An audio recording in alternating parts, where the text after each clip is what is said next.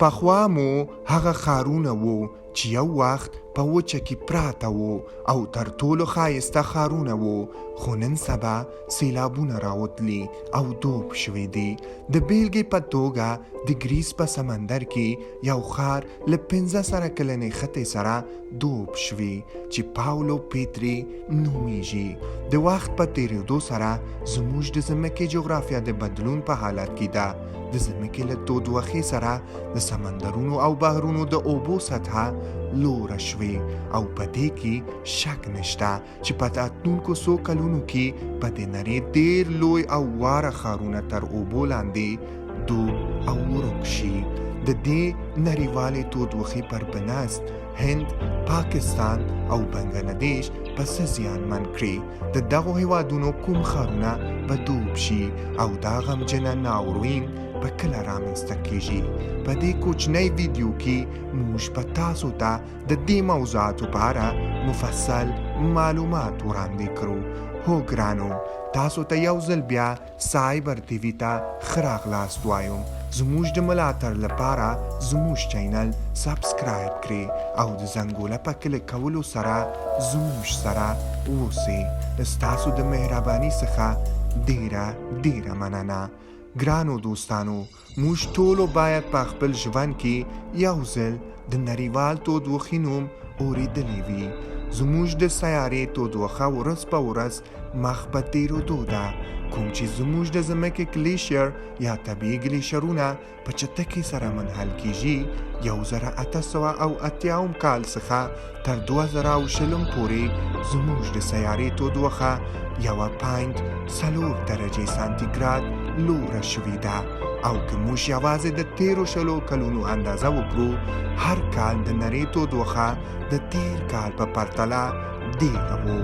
دا په دې معنا ده چې د نړۍ د تودوخې لوړېدو رجحان خورا شدید دی او د ناسا د اندازې له مخې د دې بېساري تودوخې 15% لامل د انسانانو بې توپیره فعالیتونه دي چې په سر کې یې د فورسټیشن یا ځنګلونو تخریب او د فوسیل فلیس یا د فوسیل کارول دي. د فوسیلونو په سوځولو سره له هغې څخه مختلف زیان رسونکي زراعت تولیدیږي او د ځمکې اتموسفیر ته ننوځي چې د ګرین هاوس افیکټ یا شنو خونو اغیزې سبب کیږي. د پایلې په توګه د ځمکې ټول طبیعي ګلیشیرونه په چټکۍ سره منحل شي او د بحر د سطحې د لوړېدو لامل شي. د فوسیل سنگ موادو د کارولو د مخه، یعنی د 1800 کال څخه تر 1900 کال پورې د سمندر سطحه یوازې 6 سانتي متره لوړه شوې وه، مګر کله چې فوسیل سنگ د انسانانو لاسته ولوېد او انسانانو یې کارول پیل کړ، د سمندر اوبه هم په دراماتیک ډول پورته شوې. یعنی له 1900 څخه تر 2000 کال پورې د سمندر اوبه 9 سانتي متره لوړې شوې چې د تیرو کلونو په پرتله نږدې 3 برابره زیاتوالی ښیي. او تر ټولو بد خبره دا دی چې که موږ یوازې تیرو 20 کلونو ته وګورو، له 2000 کال څخه تر 2022 کال پورې د سمندر د سطحې لوړوالی د نورو کلونو په پرتله 2 چنده چټک دی، یو څه چې ډېر زیانمن ګڼل کیږي. د امریکا ملي اتموسفیر اداره وایي که د نړۍ تودوخه په همدې ډول دوام وکړي او د نړۍ طبیعي ګلیشیرونه ولړزېږي او جلا شي، نو تر 2030 میلادي کال پورې په زموږ د سمندرونو د اوبو کچه 2.5 متره لوړه شي. او دا په دې معنا ده چې موږ په اضطراري حالت کې یو.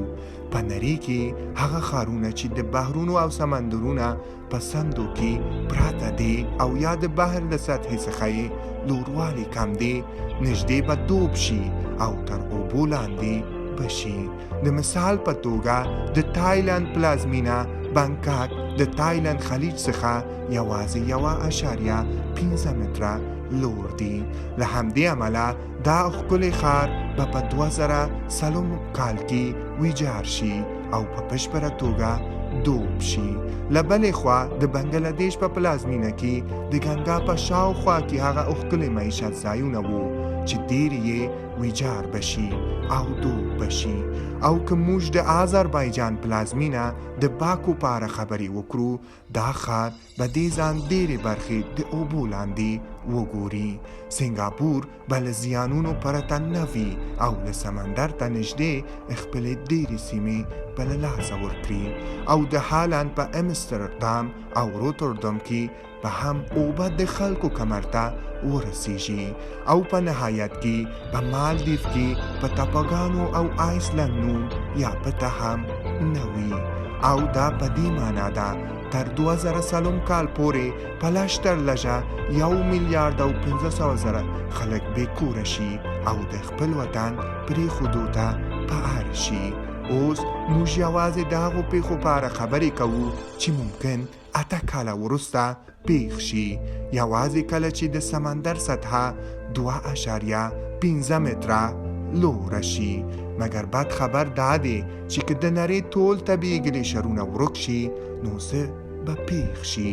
د یوه 8 کال مخې که چیرې د ګلیشرونو خبرتیا په همدې ډول دوام وکړي نو 15 کاله وروسته به د ګرینلند، آیسلند او انټارکټیک او شمالي قطب ټول ګلیشرونه ولړزیږي او ورک شي. او په دې توګه به زموږ په سمندرونو کې اوبه 8 متره لوړ شي. خو لازمه نه ده د چې دا پیښه په 15 کاله وروسته رامنځته شي، لکه څنګه چې انسانانو د فسیل سونګ په بې توپیره توګه کاروي. شاید 15 کاله وروسته نه، بلکې یوازې دا پیښه په 2000 کاله وروسته وي. نو په دې ساینسي پیښه کې په زموږ ځمکې کې څه پیښ شي تاسو تصور کړی ده؟ او آیا د هند، پاکستان او بنگلادیش کوم مهم ښارونه به د اوبو لاندې ښارونه یا دوب شوي ښارونه وبلل شي؟ لومړی به د بنګال له خلیج څخه پیل وکړم. شاید تاسو ته به دا واورئ چې د بنگلادیش ټول هیواد به دوب شي. هو ګرانو، د دې هیواد پلازمینه ډاکا یوازې به نږدې 30 متره په خلیج کې دوب شي. دا خلیج د بنگلادیش سره د هند لویه برخه هم دوبیږي، لکه څنګه چې تاسو په انځور کې لیدلی شي د کلکتې، مالدا، پتنا څخه پیل او تر مظفرپور پورې دوی به ټول دوب شي. د بنګال خلیج چې اوس له بنگلادیش او هند سره پوله لري، د بنگلادیش او د هند د برخې له دوبېدو وروسته به 8 متره لوړ شي او د بوتان او نیپال هیوادونو لپاره به پوله شي. به همدې ډول که موږ د هند ختیځي برخه ته وګورو نو د دې هیواد آباد ښارونه به دوب شي.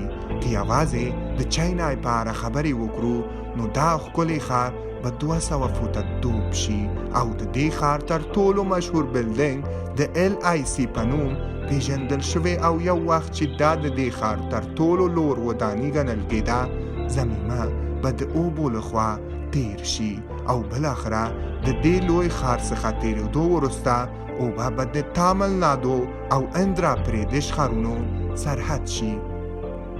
که موږ د هند لویدیځو سیمو ته وګورو، د سمندر د اوبو له 8 مترو لوړېدلو وروسته به د کواد ټول پیج رویسترس یا ساحلي ځایونه له منځه ولاړ شي. دلته به نه ممبئی وي او نه نوې ممبئی، ځکه چې تا ټولې مهمې سیمې به تر ګجرات پورې تر 450 مترو پورې دوب شي. په بل عبارت که د ممبئی تر ټولو مشهور برج او دا ترام تاور وژغورل شي، د هند سمندر اوبه په خپل 500 پورته ورسیږي.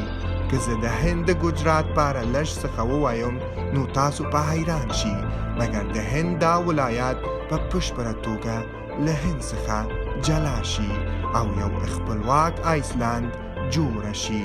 که د انسان نسل تر هغه وخته پورې ژوندی پاتې شي نو احمد آباد په د ګوا ځای ونیسي او د هند یو مشهوره ساحلي استوګنځای شي، ځکه چې د عرب سمندر په د احمد آباد شاوخوا ښارونه تیر کړي او دې ښار ته به پوله ورګرځوي. اوس موږ پاکستان ته راځو. د عربي بحیرې په د پاکستان ټولې سند صوبې دوب کړي، له کراچي نه تر حیدرآباد، نواب شاه، سیکر او جیکب آباد په ټول غرق کړي. د پاکستان تر ټولو زیات نفوس لرونکي ښار نن کراچي په 190 فوټه ډوب شي. هغه لوکس فلټونه او اپارتمانونه چې نن ورځ په دې ښار کې لور ولاړ دي یا به د اوبو لاندې وي او یا به د ګندوالو بدل کیږي. که زه د سمندر د ژورې جنوبي برخې په اړه ووایم چې په پاکستان کې شتون لري او د ودار په نوم یادیږي، نو شاوخوا سیمې به ډوب شي او په ژور سمندر بدل شي. هیله لرو چې یو ځل بیا زموږ دا لنډه ویډیو ستاسو لخوا قبوله شوې وي. موږ به ستاسو د مینې ډک نظرونو او لایکونو په تمه یو. تر بلې ویډیو پورې خدای مو خوشحال لري.